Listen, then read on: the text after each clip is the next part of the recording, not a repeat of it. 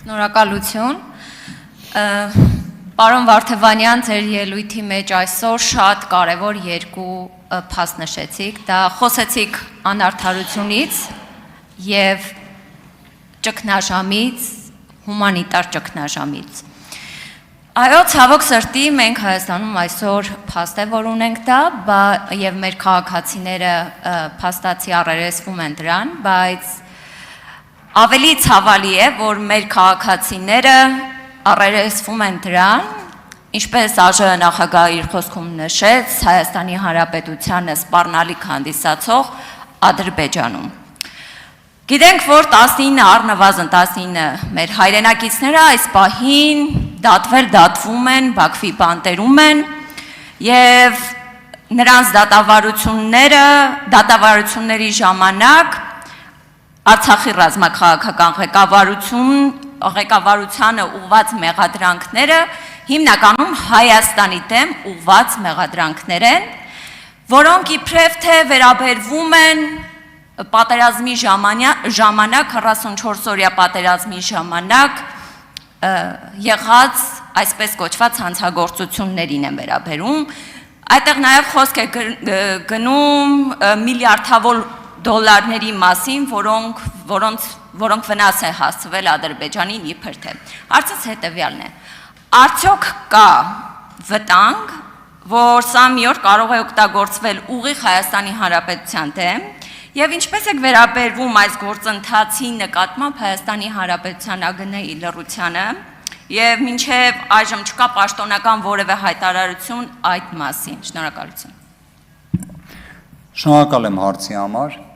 Ես գիտեմ, Տիկին Ավետիսյան, որ նշված հարցով դուք եւս առավել քան հետևողական լինելու եք եւ նաեւ մեր թիմը ընդհանուր առմամբ Բաքվում գտնվող մեր հայրենակիցների ազատ արձակման հարցի վերաբերյալ խիստ հետևողական է լինելու։ Ընդհանրապես խաղաղությունը եւ խաղաղության օրակարգը իրենից չի ենթադրում պատանդների առկայություն։ Նման պայմաններով խաղաղության մասին խոսակցությունը հարևան երկրից ազնվության ու անկեղծության լրջագույն դեֆիցիտ ունի։ Կարծում եմ դա պետք է գնահատել։ Արդյոք դա պետք է արգելակ լինի։ Ոչ, բայց գնահատել դա պետք է։ Ստրատեգիկ իմաստով, երբ որևէ մի բանակցության մեջ ես մտնում, պետք է իրերը օբյեկտիվ գնահատես։ Դրանց նաև դասավորվածությունը։ Այն, որ մինչ օրս մենք նման իրավիճակ ունենք, նույնիսկ 2025 թվականի օգոստոսին ստորագրված, նախաստորագրված փաստաթղթի պայմաններում, սա ինչ-որ մի բան անհանգստացնող չի։ Կարող է ինչ-որ մի բան այն չի։ Կարող է ինչ-որ մի բանում կարծես ազնվության դեֆիցիտ կա։ Ուրիշ հանգամանք նշեմ, ես չեմ կարծում, որ մեր հայրենակիցները պատկերացնում են օրինակ, որ Բաքվում գտնվող մեր անմեղ հայրենակիցների հանգամանքը պետք է բարձրաձայներ օրինակ նախագահ Դոնալդ Թրամփը եւ դրա վերաբերյալ ուղիղ դիրքորոշումը չլսեինք Հայաստանը ներկայացնող իշխանությունից։ Ես չգիտեմ, եթե դա տակտիկական մի բացառիկ հնարք է եղել, քավլիցի, բայց այդքան էլ հակված չեմ այդ տարբերակին։ Պետք է հետևողական լինել, տեսեք, առնվազն ֆիքսենք 23 թվականից ռազմաքաղաքական ղեկավարությունը, որը որևէ իրավական հիմք իր մեջ չի պարունակում այն ամենը, ինչը կատարվում է Բաքվում, որովհետև այդ դատավարությունը բացառապես մեկ բանի մասին է։ Այսինքն մեր հայրենակիցները այնտեղ են, որովհետև իրենք հայ են։ Որովհետև իրենք հայ են։ Դրա համար է։ Հիմա տակտիկան մոտեցումը եղել է, որ դրա մասին պետք է լուռ լինել։ Պետք է լուռ բանակցել այդ հարցով։ Ինչ-որ արդյունքներ տվել է,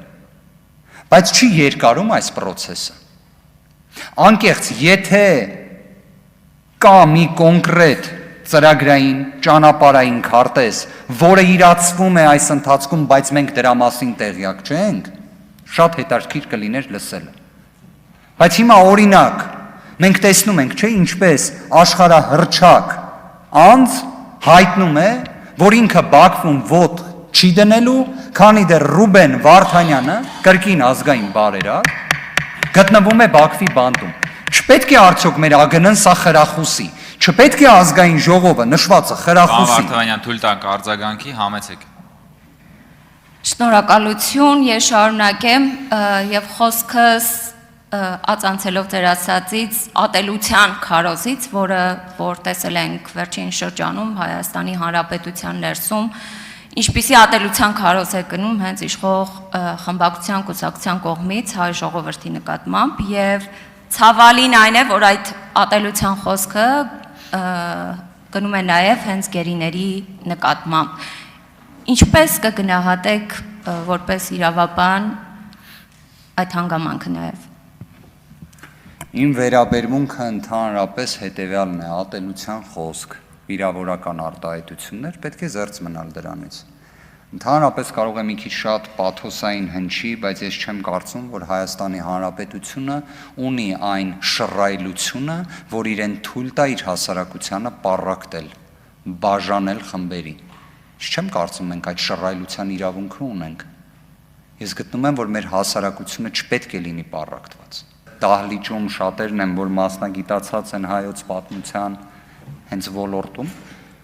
բայց առնվազն մեր պատմությունը մի կարմիր թելի պես անցնող իրադարձություն ունի, երբ մենք պառակտված ենք, երբ հասարակությունը պառակտված է, երբ միասնականության դեֆիցիտ կա, հետևանքները լինում են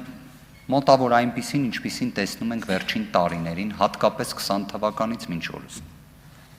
Վոլոդիա Հակոբյան։ Պարոն Վարդանյան, դուք հարցին, թե ինչու օրինակ 2022 թվականին